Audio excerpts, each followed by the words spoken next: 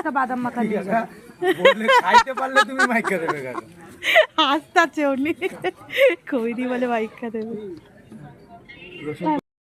Hi friends, welcome back to my channel. তো দেখতেই পাচ্ছ আমি, রিভার মা সবাই বেরিয়ে গেছি, রিভার পাপাও ছিল।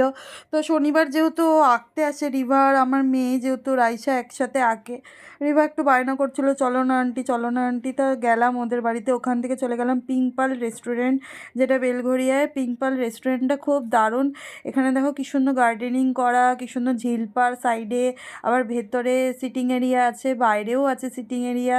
আর দেখো না, এসেই দেখো আমি হেঁটে যাচ্ছি, ওরা বাথরুমে যাবে বলছে, টয়লেটে। এসেই আমি প্রথমে চলে গেলাম ওদের নিয়ে টয়লেট করাতে, তারপরে ভাবলাম একটু স্ন্যাক্স খাবো। তারপর ভাবলাম স্ন্যাক্স খেয়েও কী করবো, তারপরে ওখানে একটু মকটেল খেয়ে নিল ওরা। আমি স্ন্যাক্স আর ট্রাই করিনি, যেহেতু স্যাটারডে ছিল, স্যাটারডেতে আমি বাইরে কিছু খাই না। তারপরে ওখানে একটু ভালো করে ঘোরাঘুরি করলাম। আর বর্ষা করছিল, এই ভিডিওটা দেখো কি সুন্দর, মানে সামনে যে গার্ডেনিংটা করা, আর এখানেও তোমরা বাইরে বসেও মানে তোমাদের ডিনার হোক লাঞ্চ হোক তোমরা কমপ্লিট করতে পারবে। আর দেখতেও বেশি তো রাত্রের বেলা বেশি ভালো লাগবে, রাত্রের ভিউটা খুব সুন্দর লাগবে দেখতে। তোমরা অবশ্যই এসো বেলঘরিয়াতে, পিঙ্ক পাল রেস্টুরেন্ট খুবই ভালো আর খুব রিজনেবল প্রাইসে খুব সুন্দর ফুডগুলো এখানে পাওয়া যায়। আমি আমার বউয়ের সাথেই একবার যাব, আর যখন যাব ফার্স্ট টাইম ফুড খাবো তখন তোমাদের সামনে অবশ্যই রিভিউ দেবো। আর পেছনেই দেখতে পাচ্ছ এই যে ফুটবল খেলার মাঠ, এখানে ফুটবল খেলা হয়, মানে ক্যাম্পাস টাইপের ফুটবল প্র্যাকটিসিং করানো হয়।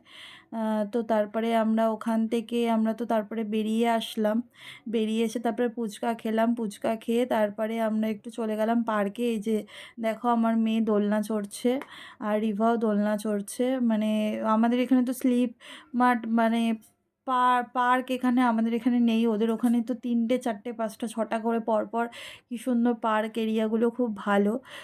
আমিও একটু ওখানে দোলনা চড়ে নিয়েছিলাম ওদের সাথে সাথে, আর ওরা ওখানে একটু স্লিপও চড়ে নিয়েছে, বাট ঢেকিটা ছিল না। আরও দুটো যে পার্ক ছিল, দুটো পার্কগুলো বেশ মানে বন্ধই ছিল, পার্কগুলো চালু ছিল না।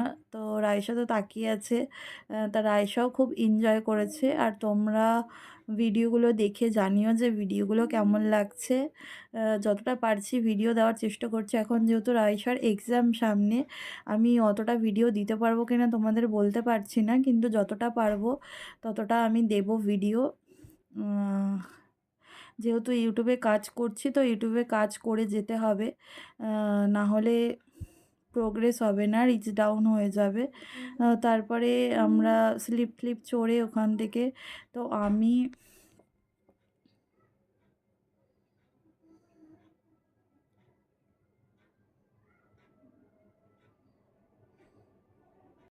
পরই বর্ষা এখানে বসে আছে আর আমিও এখানে বসে আছি, দুজনে একটু সেলফি তুলে নিলাম। আর ও একটু রাগ করেছে, স্লিপ চড়তে পারছে না।